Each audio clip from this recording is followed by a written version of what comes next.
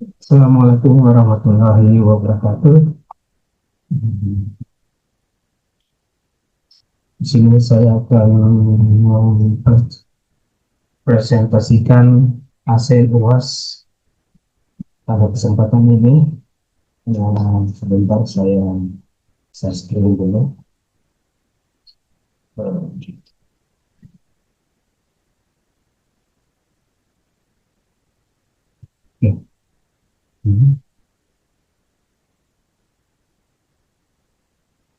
Ini masih berbentuk Word. Perkenalkan, ini adalah hasil UAS yang telah saya kerjakan, yaitu mata kuliah rekayasa perangkat lunak RPL dengan kelas I601 Prodi Informatika BPJS 1 dengan nama saya sendiri Hasan, NIM 220401010275, dengan dosen Ibu Dian Ramadana Consulting. Yang pertama langsung aja, nomor satu, di situ ada gambar informasi sistem and komponen parts.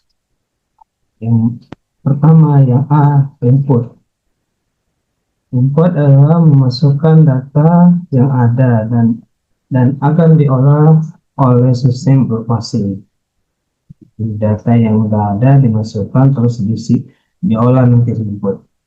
Hardware digunakan untuk media penyimpanan, proses, dan berbagai informasi.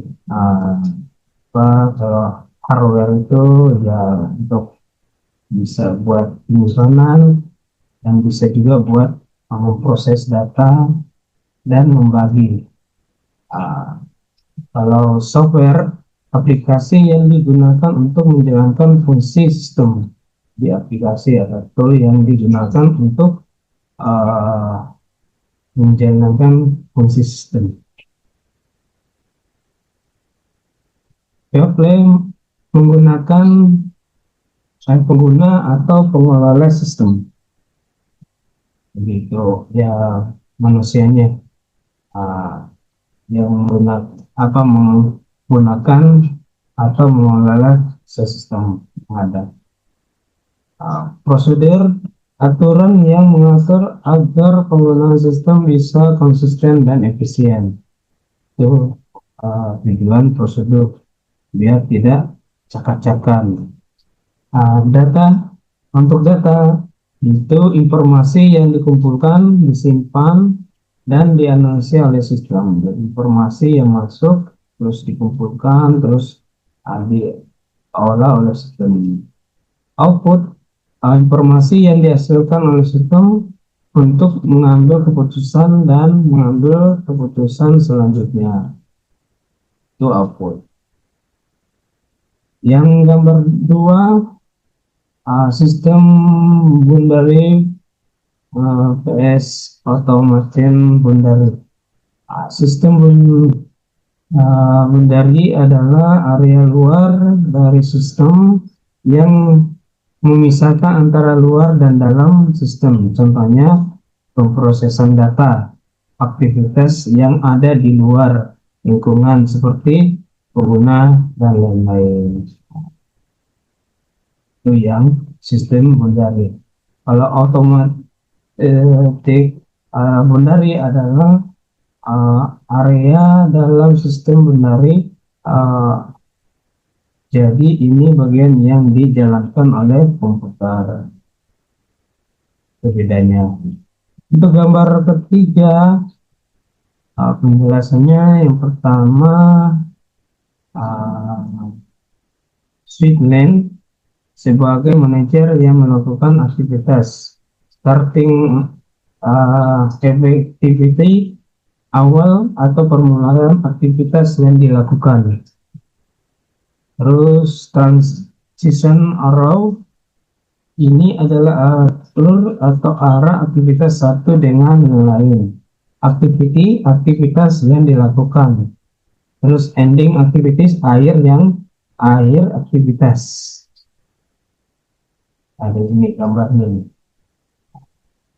Yang kedua, sinkronisasi ber sleep, aktivitas paralel atau bercabang. Artinya ada dua jalur.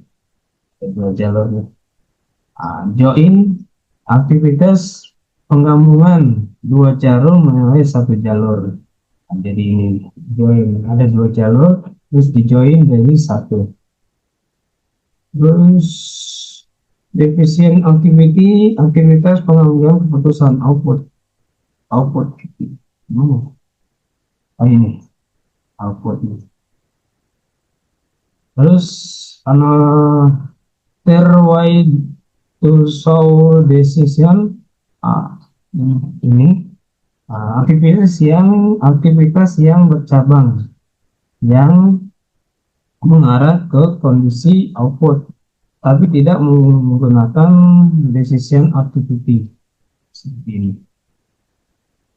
Terus gambar yang keempat, ada activities diagram chat model workflow.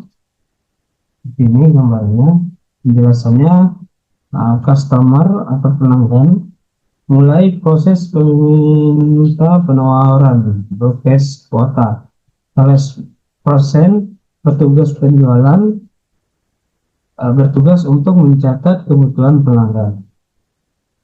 SHL, apakah petugas penjualan membutuhkan teknis? Jika ya, lanjut ke terminal express ahli teknis.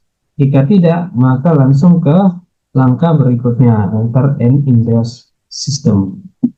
Terus keempat, technical express ahli teknis. Cek recruitment bertujuan untuk mengecek kebutuhan yang telah dicatat yang sudah masuk tadi. Inter data info system bertujuan untuk memasukkan data ke dalam sistem. Terus yang kelima, ada yang sistem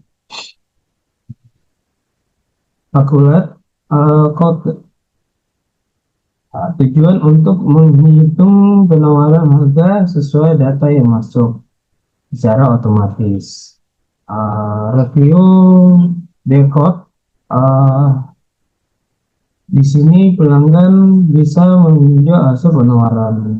Tadi sudah di menawar, terus kalau lanjut dia bisa lihat lagi.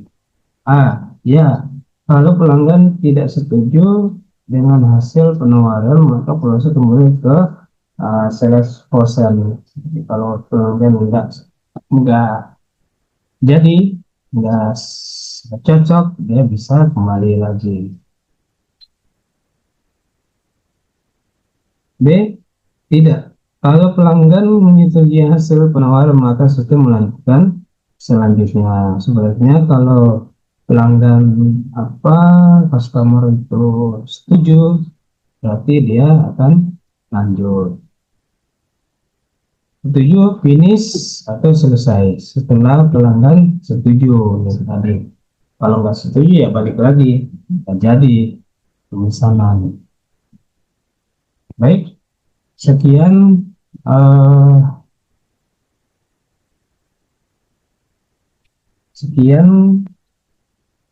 presentasi saya. Assalamualaikum warahmatullahi wabarakatuh.